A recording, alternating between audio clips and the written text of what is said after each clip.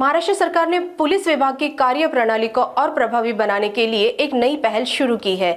इस पहल के तहत अब पुलिस विभाग को गंभीर अपराधों के मामलों में तत्काल नमूने एकत्र करने में सहायता मिलेगी, जिससे अपराधियों के खिलाफ पर्याप्त साक्ष्य जुटाए जा सकेंगे।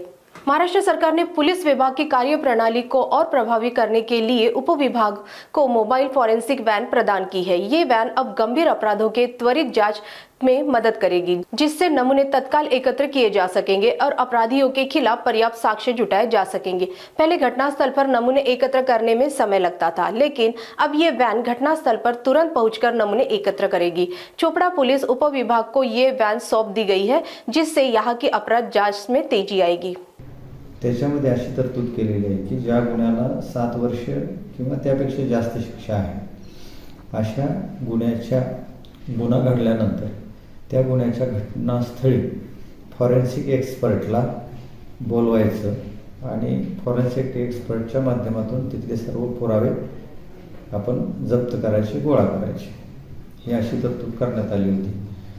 त्या अनुषंगानं शासनाने प्रत्येक उपविभागीय पोलीस अधिकारी स्तरावर एक फॉरेन्सिक व्हॅन उपलब्ध करून दिलेली आहे।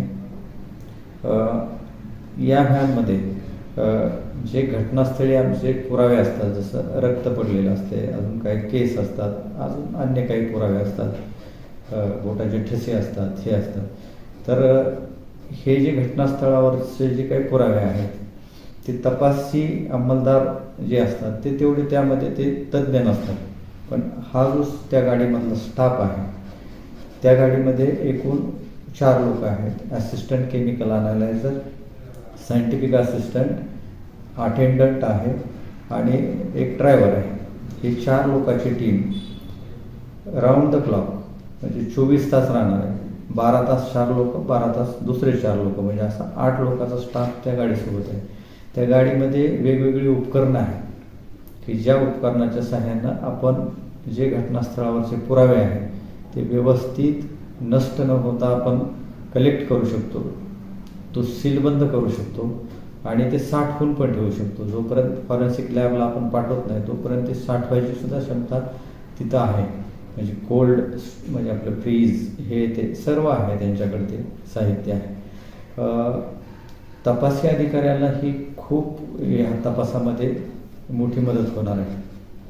बऱ्याचदा काय होतं की तपासी अधिकाऱ्यांना व्यवस्थित ते कलेक्ट न करता आल्यामुळं ते ब्लड घेतलेलं खराब होणं, हे होणं आणि पुरावे नष्ट होतात, किंवा त्यांच्याकडे एवढी उपकरणं नसतात की ज्याच्या उपकरणाचं बारीक बारीक असे केस पडलेले, हे पडलेले ते दिसत नाही। त्यांच्याकडे त्या लाईट आहेत, त्या लाईटमध्ये ते सगळं व्यवस्थित दिसतं आणि विशेष म्हणजे ते लोक एक्सपर्ट आहेत। म्हणजे कोणता पुरावा कसा गोळा करायचा, साठवायचा, व्यवस्थित सीलबंद करायचा, पॅक करायचा, हे त्यातले ते लोक एक्सपर्ट आहेत। आणि कधीही गुन्हा घडला तर 24 तासची टीम अवेलेबल आहे।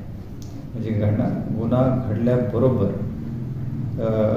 ज्याला 7 वर्षापेक्षा जास्त शिक्षा आहे ते पोलीस स्टेशनचे लोक कॉल करतात आणि त्याप्रमाणे गाडी त्या ठिकाणी जाते, घटनास्थळाचं सगळं निरीक्षण केलं जातं आणि त्याप्रमाणे पुरावे गोळा केले जातात। तपासामध्ये खूप ह्याची मदत होणार आहे आणि विशेषतः या पुरावे व्यवस्थित राहिल्यामुळे याला शिक्षेचं प्रमाण वाढण्यासाठी आपल्याला खूप मोठी मदत होणार आहे। याच्यामुळं अतिशय चांगली सुविधा महाराष्ट्र शासन यांनी आम्हाला हे करून दिलेली आहे।